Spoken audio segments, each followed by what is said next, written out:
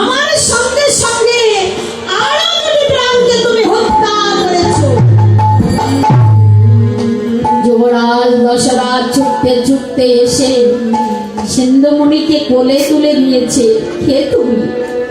আমায় ক্ষমা করে দাও, আমায় ক্ষমা করে দাও, আমি তোমার প্রাণ হরণকারী, আমি অযোধ্যার যুবরাজ, নাম আমার দশরথ। ক্ষমা? আমি তোমায় কি ক্ষমা করব? আমি তোমায় কোনো ক্ষমা করতে পারবো না।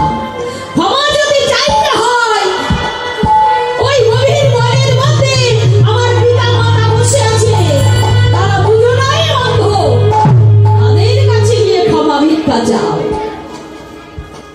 যুবরাজ দশরথ সিন্ধুমণিকে কোলে তুলে নিয়ে গভীর বনের মধ্যে প্রবেশ করলেন। দেখছে অন্ধমণি আর তার পত্নী বসে আছে।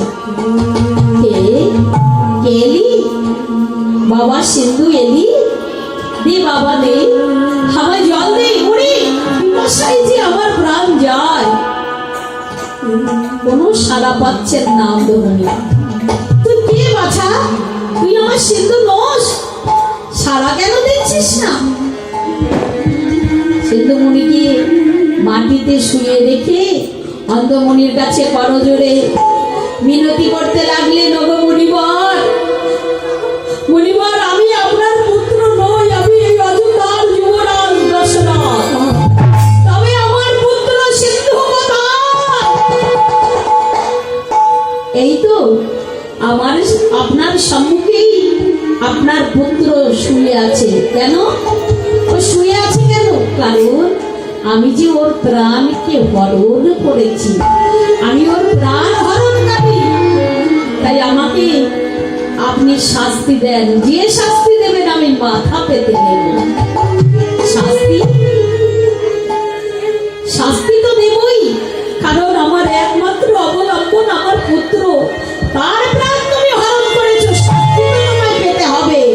এই জগতের সকল বাক্য মিথ্যা হতে পারে, তবে মুনির বাক্য, ব্রাহ্মণ বাক্য কখনো মিথ্যা হবে না।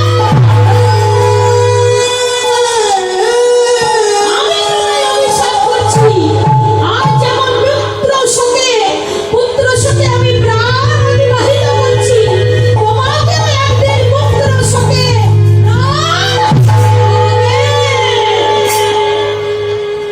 যুবরাজ দশরথ বললেন, মুনিবর, আমার তো কোনো পুত্র নেই। পুত্র নেই? পুত্র হবে। দেখেছেন বাবা, একদিকে অভিশাপ আর একদিকে আশীর্বাদ। পুত্র সঙ্গে প্রাণ হারাতে হবে, আবার বললেন পুত্র নেই, পুত্র হবে। রাধে রাধে।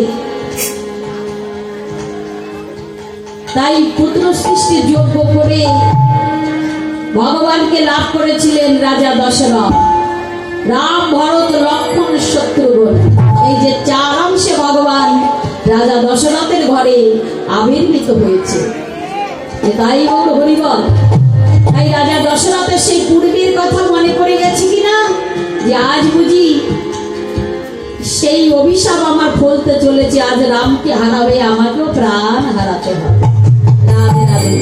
তাই আছাড় কে কে পড়ছে, আর এইদিকে রাম বাবা সত্য সত্যই বনে চলে যাচ্ছে।